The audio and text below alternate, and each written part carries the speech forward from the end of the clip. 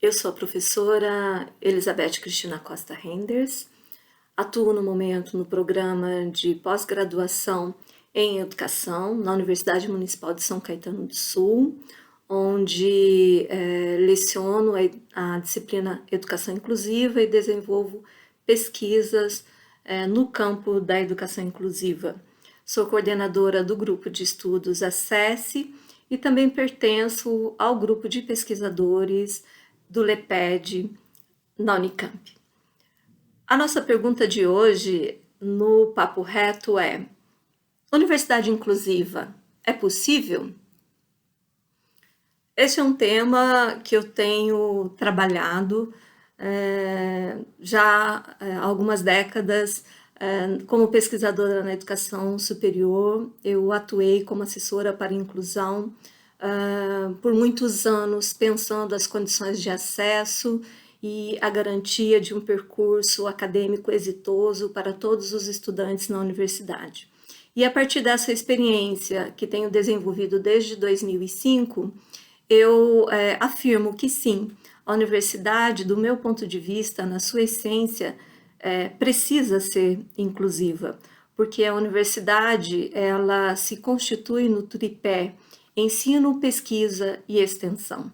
E neste tripé ela sustenta que a construção do conhecimento precisa se dar de uma maneira aberta e está aberta a todos, no sentido de representar todas as demandas que uma sociedade traz em termos de constituição de novos conhecimentos, de novas tecnologias, de novas perspectivas epistemológicas para a garantia da humanidade, da vida da humanidade, a garantia de uma vida digna a partir do acesso a todos ao bem comum.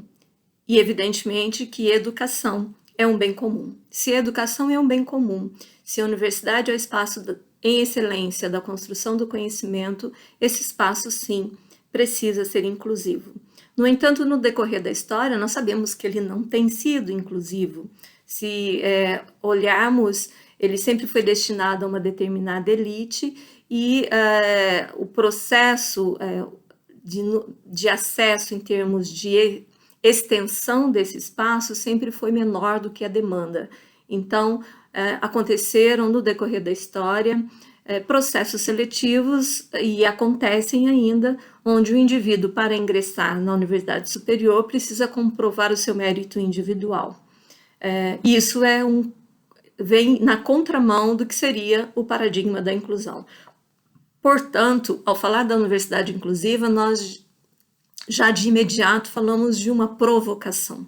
A inclusão, tal qual provoca todos os espaços educacionais, do meu ponto de vista, provoca com um grau maior de intensidade a educação superior, especialmente exigindo que se repense o que seria mérito individual, constituindo um processo reflexivo que considere o histórico social de todos os sujeitos e a perspectiva de transformar esse espaço num espaço mais acessível, com representatividade de todas as camadas da população, considerando a questão de gênero, considerando etnias, considerando perspectiva socioeconômica ou a perspectiva das pessoas com deficiência. Ou seja, a inclusão provoca a universidade.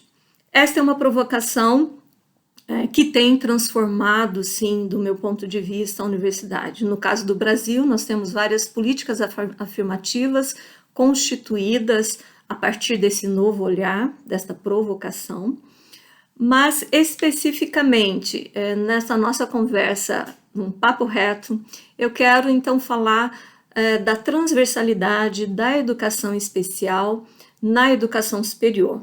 Nós temos desde a Constituição de 88, passando pela LDB de 1996, a Lei 9394 de 1996, chegando à Política Nacional de Educação Especial na perspectiva da educação inclusiva, todo um marco regulatório que garante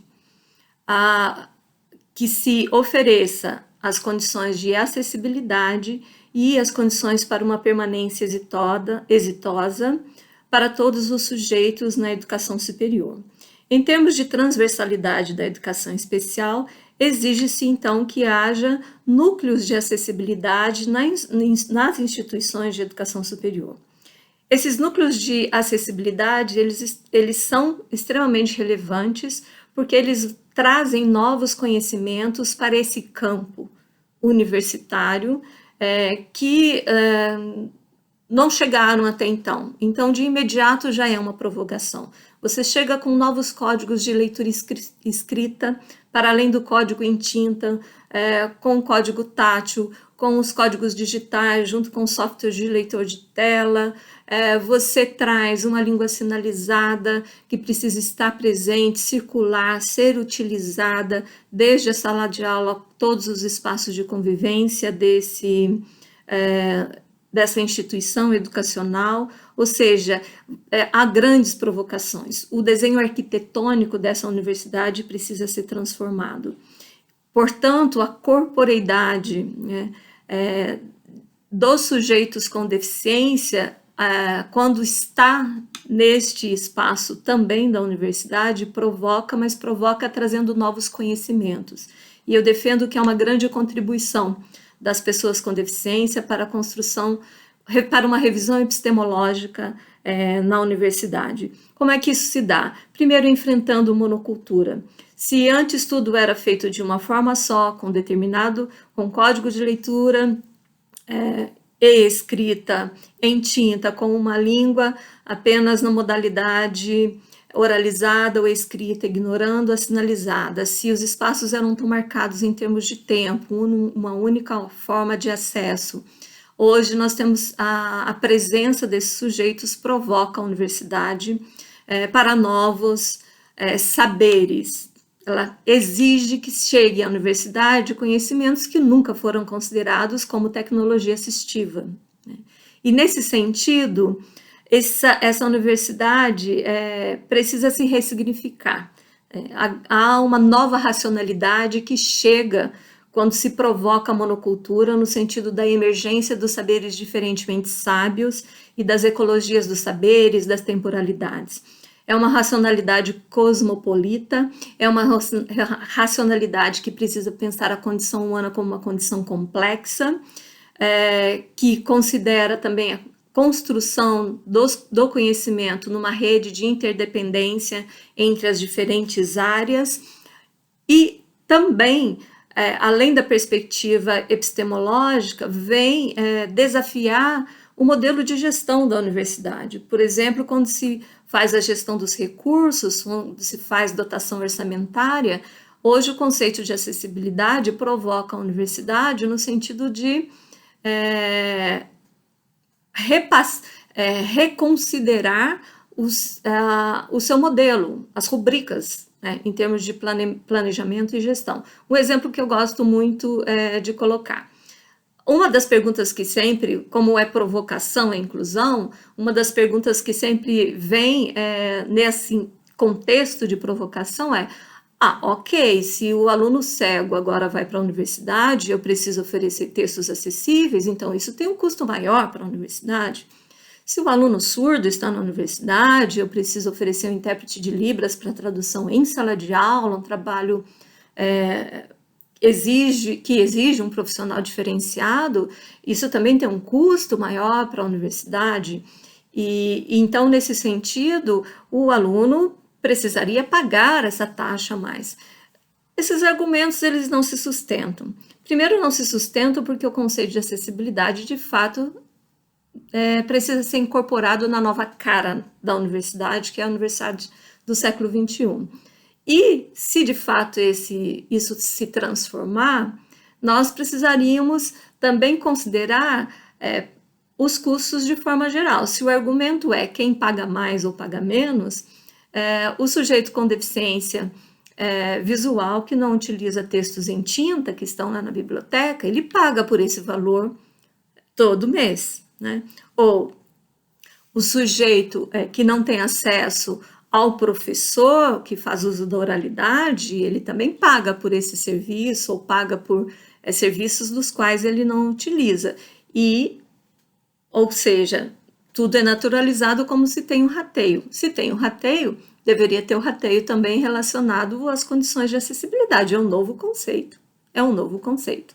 Então, não se sustenta dizer que é um serviço específico para um sujeito.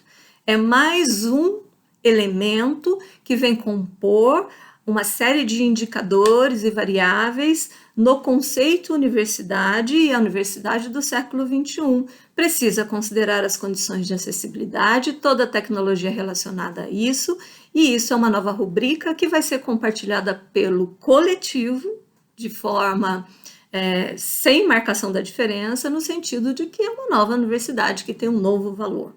Tem um novo custo? Tem, porque é transformação de algo que era repleto de barreiras e agora precisa ser mais acessível. No entanto, se nós pensarmos novas universidades, novos projetos, não necessariamente aquilo que nasce acessível tem custos maiores em termos financeiros. Então, essa perspectiva provoca muito a universidade, especialmente do AEE, que transversaliza todos os espaços e exige que novos recursos, novos profissionais, novos saberes cheguem. Há uma primeira justificativa na perspectiva financeira, mas essa justificativa não se sustenta se você considerar que tem um custo universidade que é de todos e que é pago por todos, sejam pessoas com ou sem deficiência, quaisquer que sejam esses sujeitos. E pago pela sociedade também, quando nós consideramos as universidades que são públicas. A outra perspectiva para a gente considerar essa provocação da inclusão na universidade tem a ver com a perspectiva da abordagem curricular. Eu posso olhar para esse tema de duas formas diferentes. Primeiro, que a presença do sujeito com deficiência tem demandado, sim, um grau maior de influência do sujeito, do aluno, sobre a proposta curricular. Isto é justo, tem a ver com justiça cognitiva e traz um novo olhar para a universidade que deveria ser considerado para todos e não só para pessoas com deficiência, que seria currículos abertos que de fato se deixem influenciar pelos aprendizes, né? Ou seja, que se alargue tempos, espaços, possibilidades, que seja multimodal a perspectiva curricular. Este é um aspecto.